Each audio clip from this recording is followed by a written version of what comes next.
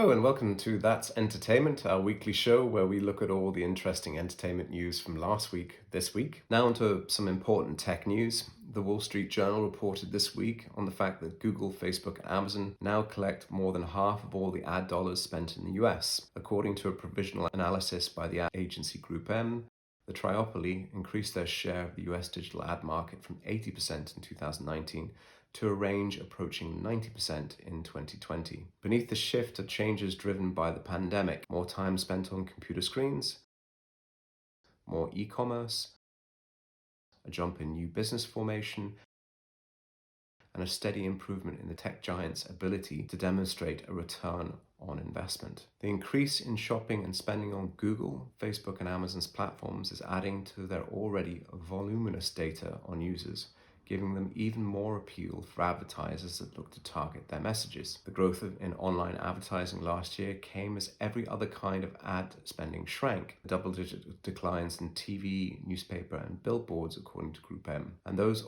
online gains flowed heavily to the tech giants, rather than to digital media sites and publishers that sell online ads. All right, so if anyone's not familiar with the Matthew principle, found in the Gospels, for to everyone who has will more be given, and he will have abundance, but for him who has not, even what he has will be taken away. Well, this is the fundamental driver behind a power law. And again, if anyone is struggling to understand what a power law is, it's the old 80-20 rule. Generally within creative endeavors and all aspects of human capitalist pursuit or creative pursuit, there is always one or two which lead the charge and get all the credibility, all the money, all the kudos, and all the attention. Unfortunately, the market is now beginning to shift into such a way that these top three mega giants are hoovering up everything. There will be, at some point, I think, a AT&T moment for these tech giants. It's only natural that conversations about breaking up these monopolies will start to become louder and more called for as industries become increasingly under pressure. And unfortunately, in these kinds of environments, it's very difficult for startups to find their footing. So effectively, as these companies become stronger, the opportunity for competition gets squashed because A, it's difficult to operate in these environments that are already very well dominated. And B, if you are successful, then chances are someone at Google or Facebook or Amazon will just buy you.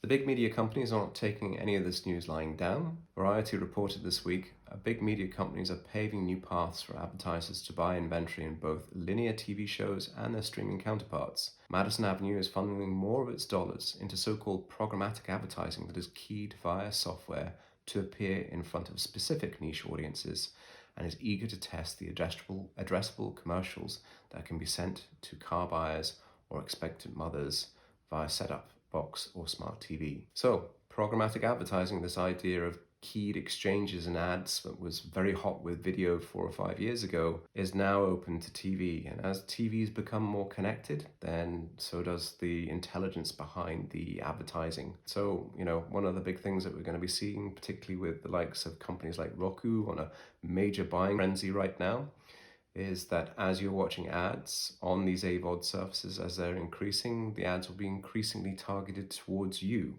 as an individual, based on your browsing patterns, based on the data that's probably aggregated in some kind of customer data platform that's in the background. In a separate report, Variety also noted that Procter & Gamble and General Motors, two influential advertisers, have signed on to support Viacom's CBS Paramount+.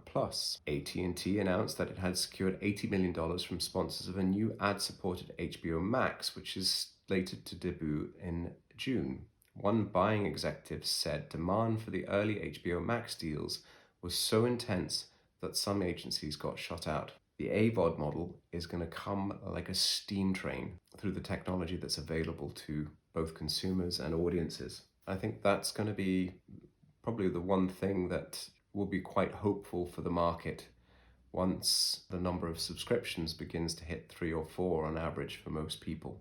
I think there is a ceiling on how much people are willing to pay. And I think there is also a ceiling on how much people are willing to put up with experiences where they can avoid ads.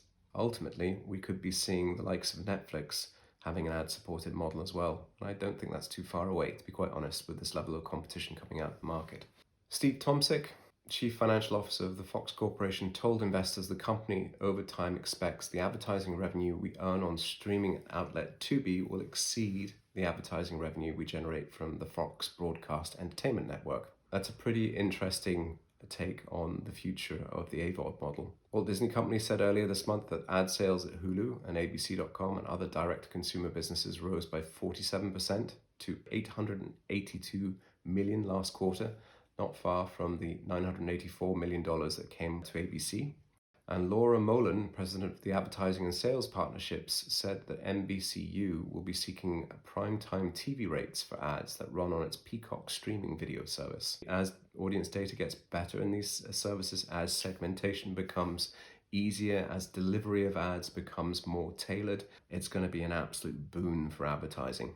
And I think the major media agencies are looking on this particular development with glee at the moment, at the expense of the publishing houses and the publishers that don't have this level of consumer data and this ability to operate a programmatic world. That's all for this week. Please feel free to like, subscribe, and comment. Remember that we post this show both to LinkedIn and to YouTube. We'll be back soon. Goodbye.